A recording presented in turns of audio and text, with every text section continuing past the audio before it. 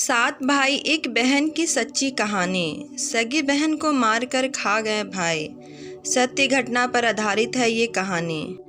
बहुत पुराने समय की बात है। एक किसान के 7 बेटे और एक बेटी थी जो खुशी खुशी अपना जीवन बिता रहे थे। 7 भाई बहनों में एक लौती छोटी बहन बहुत ही शांत स्वभाव, आज्ञाकारी एवं संस्कारी थी। उनमें सबसे बड़े भाई का विवाह हो चुका था। 7 भाइयों में सबसे छोटा भाई एक आंख से अंधा था। छोटे भाई के दिल में अपनी एक लौती बहन के लिए बड़ा प्यार एवं लगाव था। एक दिन बड़े भाई अपने पत्नी और अपने छोटे भाइयों के साथ लेकर अपने खेत में काम करने चले गए। चूँकि उस जमाने में खेती बाड़ी आपसी सहयोग से हुआ करते थे, सभी लोग खेतों में काम करने के जाने से पहले अपनी छोटी बहन को खाना बनाने का आदेश देकर घर से निकलते हैं। 7 भाइयों की बहन अकेले घर पर खुशी खुशी सबके लिए खाना बनाने के लिए जंगल से सरोटी साग को तोड़कर लाती है और बड़े प्यार से सरोटी साग की सब्जी बनाने से पहले बैठे से साग को काटने लगती है। इसी दौरान वह अपनी उंगली भी काट बैठती है और खून की तेज धार निकलने लगती है, जिससे उसका पूरा हाथ खून हो जाता है। तब वह सोचने लगती है कि क्या करूं, अगर घर के दीवार में खून को पोंछूंगी तो भैया लोग देख लेंगे और चिंता करेंगे, और यदि अपने कपड़े में पोंछूंगी तो भाभी खून लगा कपड़ा देखकर महामारी समझकर खाना नहीं खाएगी। बहन इस डर से सब्जी पकाने वाले छाता साग में सारा खून को पोंछकर खून को बहने से रोकती है। फिर इसी खून लगे साग को सब्जी बनाती है।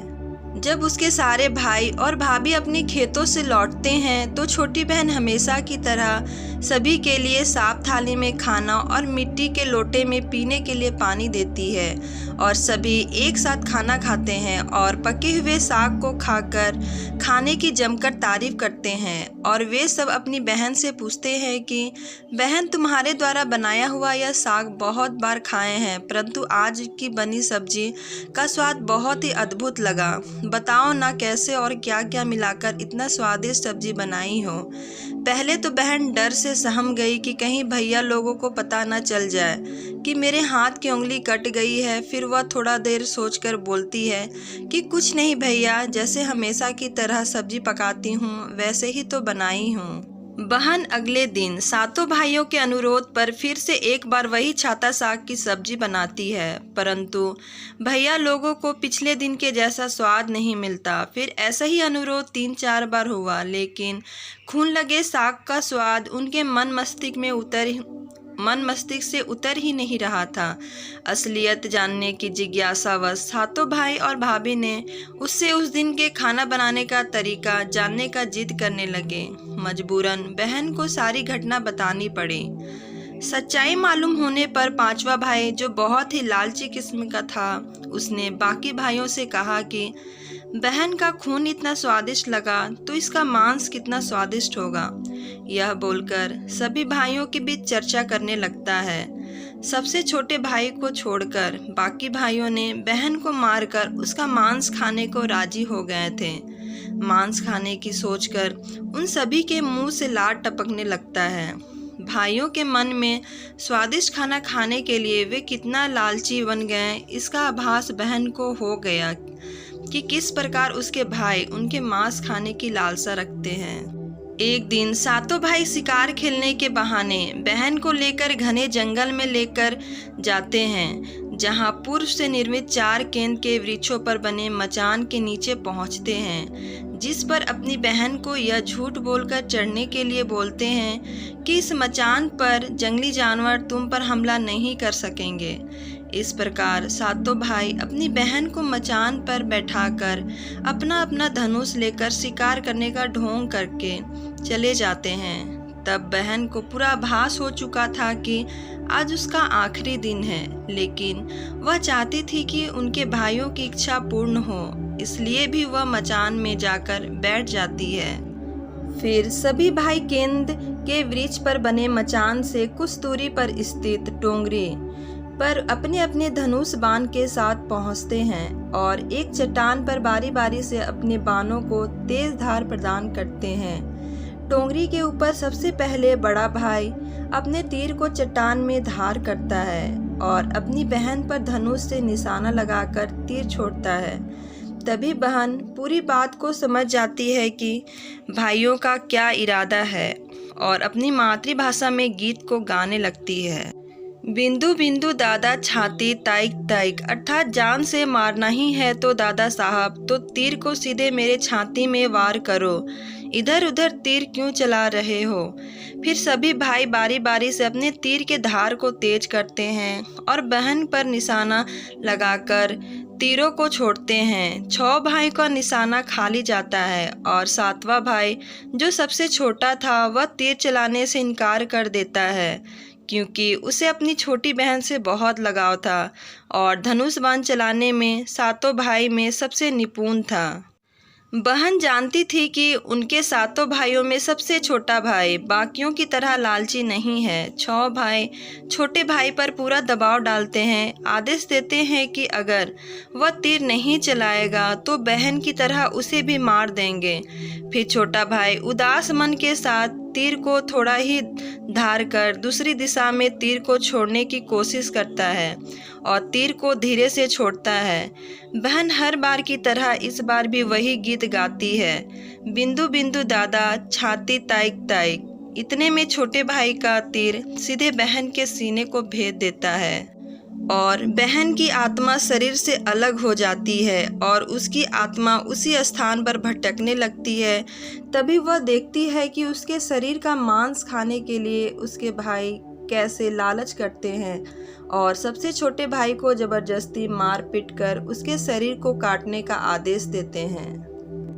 बहन के मांस को पकाने के लिए बहुत सारी सूखी लकड़ी लाने के लिए छोटे भाई को जंगल भेजा जाता है। छोटा भाई जंगल में खोज खोज कर ढेर सारा लकड़ी जमा करता है और सोचता है कि कैसे इतना सारा लकड़ी को ले जाऊं। दादा जो रस्सी दिए हैं वो भी 60 टुकड़ों में दिए हैं, उन्हें जोड़ने पर भी यह रस्सी इन लकड़ियों को नहीं बांध पाएगा। देर होने के डर से भाई उदास होकर रोने लगता है और उसकी आंखों से आंसू धरती में गिरने लगता है। वह अपनी बहन को याद करके रो ही रहा होता है कि तभी एक नाग देवता वहां आते हैं और पूछते हैं कि क्यों रो रहे हो भाई।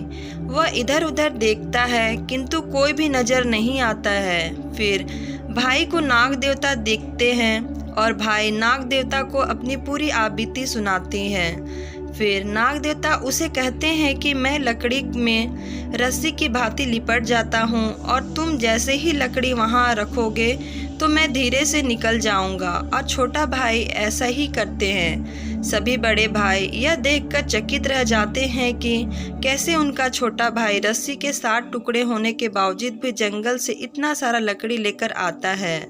तत्पश्चात वे लोग अपने छोटे भाई को पानी लाने के लिए एक घड़ा में 7 छेद कर भेज देते हैं। छोटा भाई पानी लाने के लिए एक डाड़ी में जाता है और घड़े में पानी भरता है, परंतु उसमें छेद होने के कारण सारा पानी गिर जाता है और छोटा भाई वहीं बैठकर सोच सोच कर रोने लगता है कि बिना पानी के वापस जाऊंगा तो बड़े भैया लोग मारपीट करेंगे।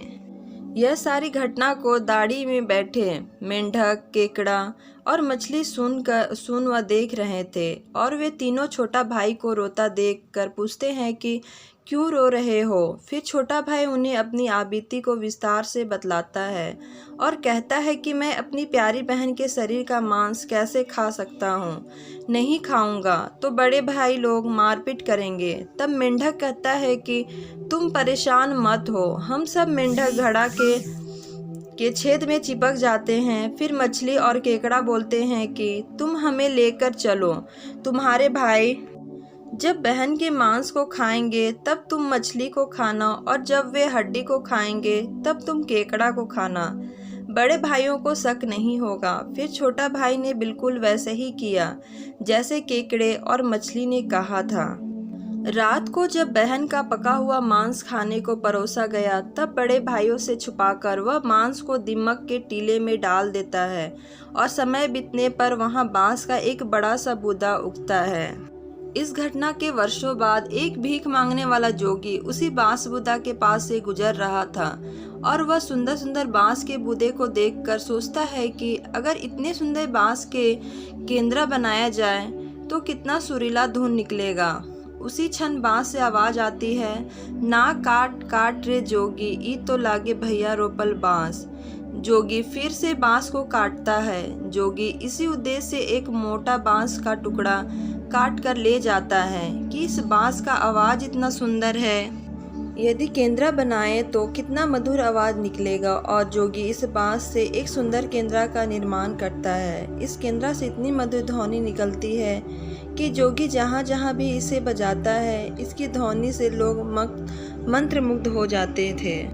एक दिन जोगी घूमते घूमते बड़े भाई के घर पहुंचता है और अधिक धन के लालच में जोगी जोर जोर से केंद्रा बजाना शुरू करता है, परंतु इस बार केंद्रा का मीठा सुरीला स्वर कर्कश हो जाता है और जब भी जोगी कुछ नया धुन बजाने की कोशिश करता, बार बार एक ही धुन निकलता है, ना बाज रे केंद्रा, ई तो लागो मोर दुश्मन कर घर।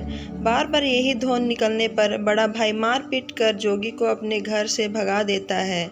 ऐसे ही घूमते घूमते जोगी हर भाई के घर जाता है, लेकिन हर बार की भांति वही धुन ना बाज रे केंद्रा, ई तो लागो मोर दुश्मन कर घर बजता है। यह धुन सुन सारे भाई जोगी को डांट डपट कर भगा देते हैं। सबसे अंत में जोगी छोटे भाई के घर पहुंचता है। छोटे भाई के घर के आंगन में प्रवेश करते ही केंद्रा खुद ही बजने लगता है, जोर जोर से बाज रे केंद्रा, ई तो लागो मोर छोट भाई कर घर।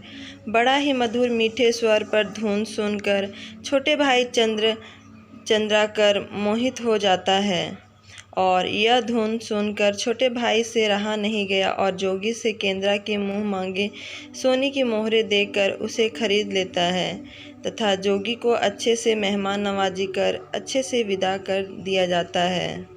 धीरे धीरे समय बीतता है और छोटे भाई अपने काम से कुछ दिनों के लिए बाहर जाते हैं। जब वह वापस लौटता है तो देखता है कि उसका कमरा बहुत सुंदर ढंग से सजा हुआ है और घर के सारे बर्तन अच्छे तरीके से रखे हुए हैं।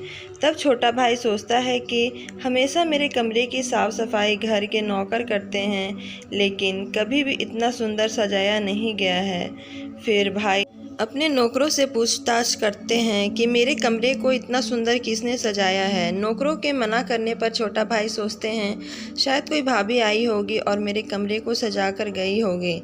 जब भी भाई घर से बाहर काम के लिए जाते, यही घटना हर बार देखने को मिलती और लगातार होने के कारण छोटा भाई के मन में जानने की जिज्ञासा उमड़ने लगी कि आखिर मेरे घर को इतने सुंदर ढंग से कौन सजावट करता है। वह अपने भाइयों तथा भाभियों से पूछताछ करते हैं और वे लोग भी सजावट करने की बात से साफ मना कर देते हैं। एक दिन छोटा भाई सच्चाई पता लगाने के लिए किसी काम का बहाना कर बाहर जा रहे हैं बोलकर निकलते हैं और छुपकर पुनः वापस आकर अपने कमरे में रखे खजूर के गोल मोड़े हुआ चटाई के अंदर छुप जाते हैं। कुछ समय इंतजार के बाद छोटा भाई देखते हैं कि एक खूबसूरत सी लड़की केंद्रा से निकलकर कमरे के अंदर आती है और सारे कमरे की साफ सफाई कर वापस उसी केंद्रा में समा जाती है। यह देख भाई की आंखें खुली की खुली रह जाती है, चूँकि उस लड़की की शक्ल उसकी छोटी बहन के जैसी ही होती है। भाई अगले दिन फिर से एक बार उसी प्रकार छुप जाते हैं और जैसे ही वह सुंदर लड़की पूरे कमरे की साफ सफाई का काम खत्म कर वापस केंद्रा में जाने वाली होती है, तब छोटे भाई उस लड़की का हाथ पकड़ लेते हैं और तुरंत केंद्रा को जला देते हैं, जिसके बाद वह लड़की हमेशा के लिए मानव रूप में परिवर्तित हो जाती है और दोनों भाई बहन खुशी खुशी अपना जीवन जीते हैं। आज भी हर गांव में आषाढ़ी पूजा के दिन बकरा कटता है और पूरे गांव के घर में प्रसाद स्वरूप बकरा का मांस खाया जाता है और सतबेनी नामक पूजा स्थान पर वही सरोटी साग को चढ़ाया जाता है। दोस्तों, हमें इस कहानी के माध्यम से ये सीखने को मिलता है कि चाहे कोई भी रिश्ता हो, उसे निस्वार्थ भावना से ही निभाना चाहिए। स्वार्थ भावना से निभाया हुआ रिश्ता वो ज़्यादा दिन के लिए सफल नहीं होता है। उम्मीद करती हूँ कहानी आप लोगों को पसंद आई होगी। अगर पसंद आई हो तो कमेंट में ज़रूर बताइएगा और मेरे इस चैनल को सब्सक्राइब करना ना भूलें। वीडियो को देखने के लिए आप सभी का धन्यवाद।